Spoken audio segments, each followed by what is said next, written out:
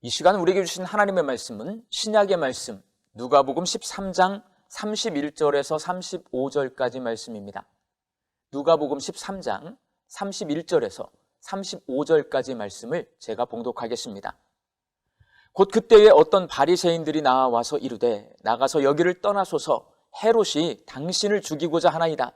이르시되 너희는 가서 저 여후에게 이르되 오늘과 내일은 내가 귀신을 쫓아내며 병을 고치다가 제3일에는 완전하여지리라 하라. 그러나 오늘과 내일과 모레는 내가 갈 길을 가야 하리니 선지자가 예루살렘 밖에서는 죽는 법이 없느니라. 예루살렘아 예루살렘아 선지자들을 죽이고 내게 파송된 자들을 돌로 치는 자여 암탉이 제 새끼를 날개 아래에 모음같이 내가 너희의 자녀를 모으려 한 일이 몇 번이냐. 그러나 너희가 원하지 아니하였도다. 보라 너희 집이 황폐하여 버린 바 되리라.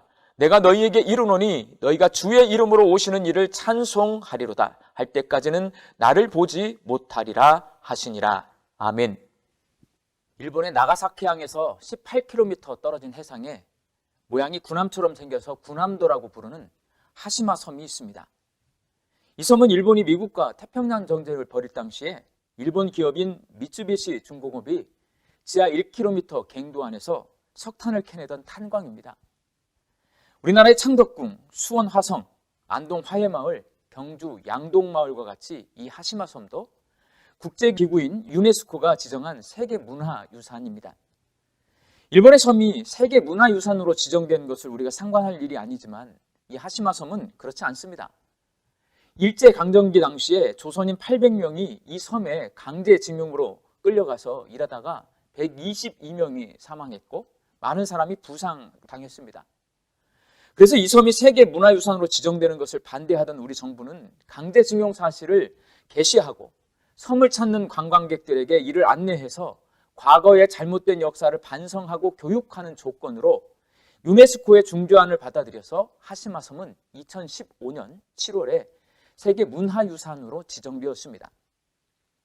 그러나 약속과 달리 일본이 하시마 섬의 강제징용의 역사에 대해 고지하지도 않고 관광객에게 안내하지도 않아서 그 섬을 방문하는 일본인이나 외국인 관광객들이 하시마 섬이 가지고 있는 과거의 부끄러운 역사에 대해서 알지 못합니다. 일본의 정치학자인 시라이 사토시는 영속 패전론이라는 책에서 일본이 이렇게 주변 국가에게 과거 자신들이 저지른 잘못을 인정하지 않고 사과하지 않는 이유가 일본의 지도자들이 태평양 전쟁에 대한 책임을 지지 않기 위해서 정치적으로 패전을 인정하지 않아서 결국에는 잘못된 역사의식을 갖게 되었기 때문이라고 말합니다. 패전했는데 패전하지 않았다는 이상한 역사의식을 가지고 있어서 피해를 입힌 주변국에게 사과하지 않는 겁니다.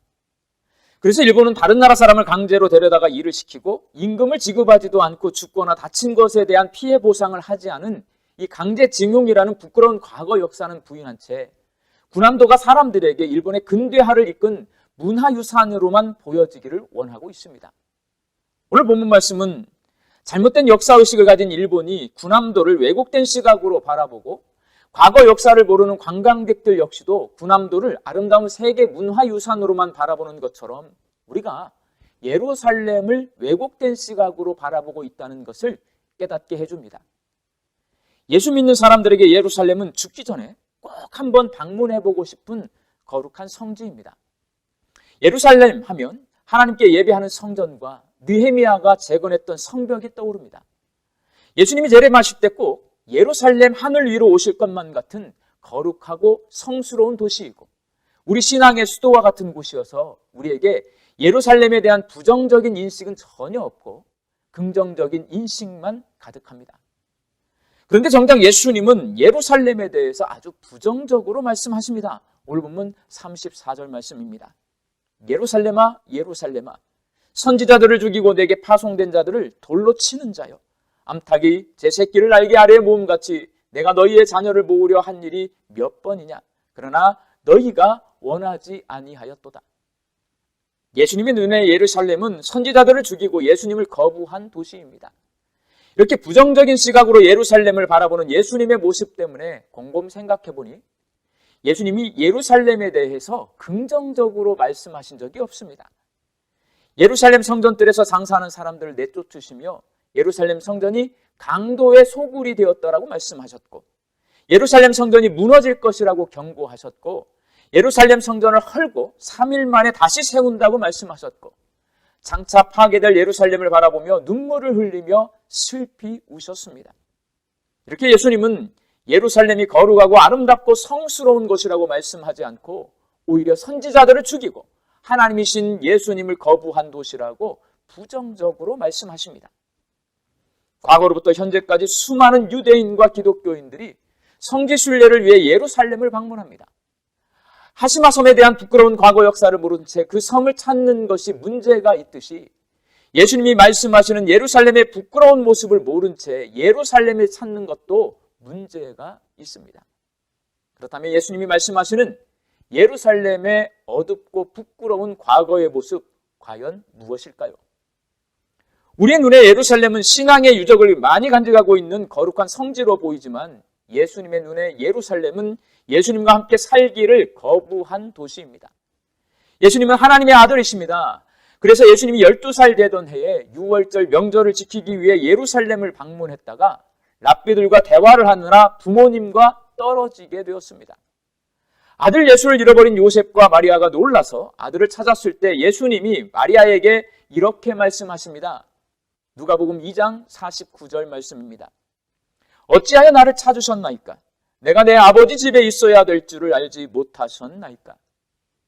예수님은 자기 아버지 요셉을 앞에 두고 예루살렘 성전이 내 아버지의 집이라고 말씀하심으로써 본인이 하나님의 아들이심을 말씀하십니다. 이렇게 누가복음은 12살 사춘기를 맞이한 예수님께서 자기가 하나님의 아들이심을 인식하게 되었다는 것을 기록해 놓고 있습니다. 예루살렘 성전은 하나님이신 예수님의 집이고 예루살렘은 예수님의 도시입니다. 그런데 집주인인 예수님께서 예루살렘을 방문했는데 거기 사는 사람들이 예수님과 함께 살기 싫다고 예수님을 거부합니다. 본문 31절 말씀입니다.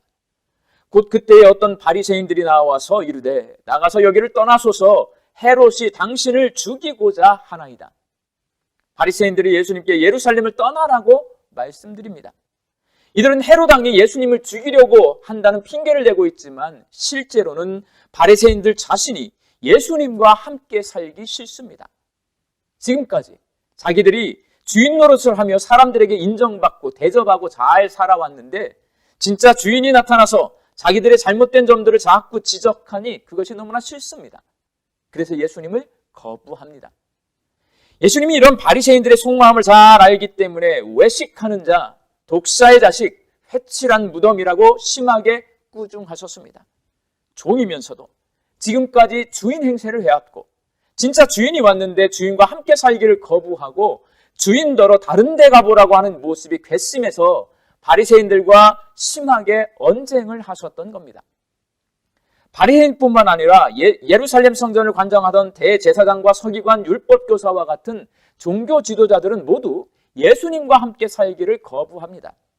성전의 진짜 주인이 나타났고 율법의 진짜 주인이 나타났기 때문입니다. 주인이신 예수님이 사라져야 계속해서 자기들이 주인 노릇을 할 수 있기에 예수님을 거부한 겁니다. 그리고 예루살렘의 헤롯 궁에 있던 헤롯 왕은 예수님을 죽이려고 합니다. 자기가 왕인데 사람들이 예수님을 왕처럼 생각하고 따라다니니 가만히 두고 볼 수가 없습니다. 그래서 대놓고 예수님을 죽이려고 합니다. 자기가 왕 노릇하고 사는데 진짜 왕이 나타나니 죽여서 없애고 계속해서 자기가 왕 노릇하기 위해서입니다.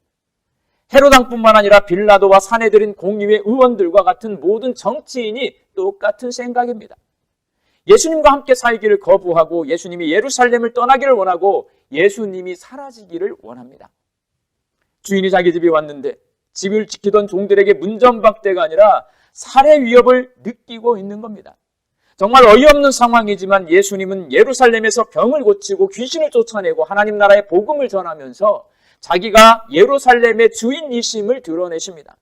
그리고 예수님과 함께 살기를 거부하는 예루살렘의 종교 지도자들과 정치 지도자들에 의해 죽임을 당하게 될 것임을 말씀하십니다. 오늘 본문 33절 말씀입니다. 그러나 오늘과 내일과 모레는 내가 갈 길을 가야 하리니 선지자가 예루살렘 밖에서는 죽는 법이 없느니라. 예루살렘은 예수님과 함께 살기를 거부했을 뿐만 아니라 예수님을 십자가에 못 박아 죽인 부끄러운 과거의 역사를 가지고 있는 그런 도시입니다. 그래서 예수님은 예루살렘을 향해 주인이 보낸 선지자들을 죽이고 주인이 찾아왔는데 주인과 함께 살기를 거부한 교만하고 포악한 도시라고 부정적인 말씀을 하고 계시는 겁니다.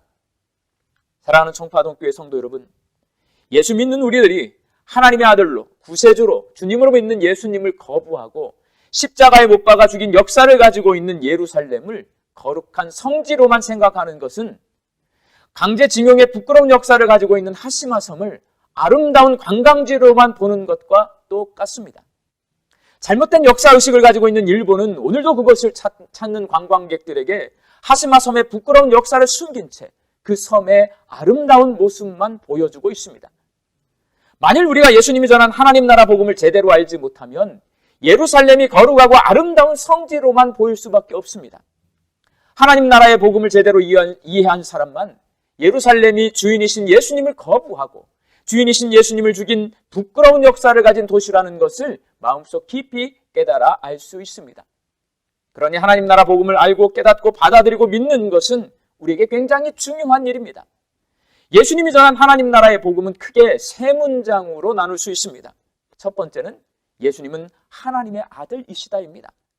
하나님은 천지를 창조하신 조물주이시고 세상을 다스리시는 권능자이시고 인간의 생사의 화복을 주관하시는 주권자이시기 때문에 예수님이 하나님의 아들이시라는 이 말씀은 하나님이신 예수님이 우리를 구원하실 수 있는 능력을 가지고 계신 하나님이시라는 말씀이십니다. 두 번째는 예수님은 구세주이시다입니다. 예수님은 사람의 몸을 입고 이 땅에 오셔서 십자가에서 죽으심으로 말미암아 우리의 죄를 대속해 주셨습니다. 예수님은 죄인인 우리를 죄와 죽음에서 구원해 주신 구세주이십니다. 세 번째는 예수님은 주님이시다입니다. 예수님이 주님이시다는 말은 예수님이 우리 인생의 주인이시라는 말입니다. 예수님이 주님이라는 이 말을 믿는 것은 예수님을 주인으로 모시고 함께 살겠다는 말이고 주인이신 예수님의 뜻대로 이제부터는 살겠다는 고백입니다. 그렇게 예수님을 주인으로 모시고 함께 사는 나라가 바로 하나님의 나라고 예수님과 함께 사는 사람이 하나님 나라 백성입니다. 그래서 예수님이 전한 하나님 나라 복음을 믿는 사람은 이 땅에서 살지만 하나님 나라에서 사는 것이고 하나님 나라 백성으로 사는 것입니다. 그러나 여러분, 부모님 함께 모시고 사는 것이 어렵습니까? 쉽습니까? 어렵습니다. 왜냐하면 이전 세대의 세상을 살아오신 부모님의 뜻을 자녀들이 모두 받들기가 어렵기 때문입니다. 자식이지만 부모님 말씀보다는 내 생각대로 살기를 원하기 때문에 부모님 모시고 살기가 어렵습니다. 그러니 예수님과 함께 살기는 얼마나 더욱 어렵겠습니까? 내가 주인 되어 살던 삶에서 예수님을 주인으로 모시고 살아야 하니 예수님과 함께 사는 것은 결코 쉽지 않습니다. 그래서 신앙생활은 내 힘으로 하는 것이 아니라 믿음으로만 가능합니다. 예수님이 주님이심을 믿고 예수님을 주님으로 대접해 드릴 때 나를 도우시는 성령께서 나를 향하신 예수님의 뜻을 깨닫게 해주시고 그 뜻에 순종할 수 있는 힘과 능력을 주십니다.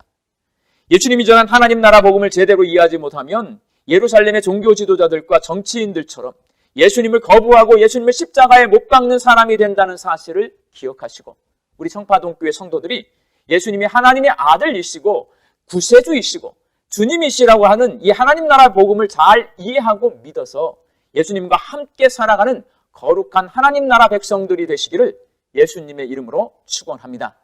함께 기도하겠습니다. 오늘도 우리 귓가에 하나님 나라 복음을 들려주신 예수님, 우리의 마음을 열어 복음을 받아들이게 하시고 믿게 하여 주옵소서.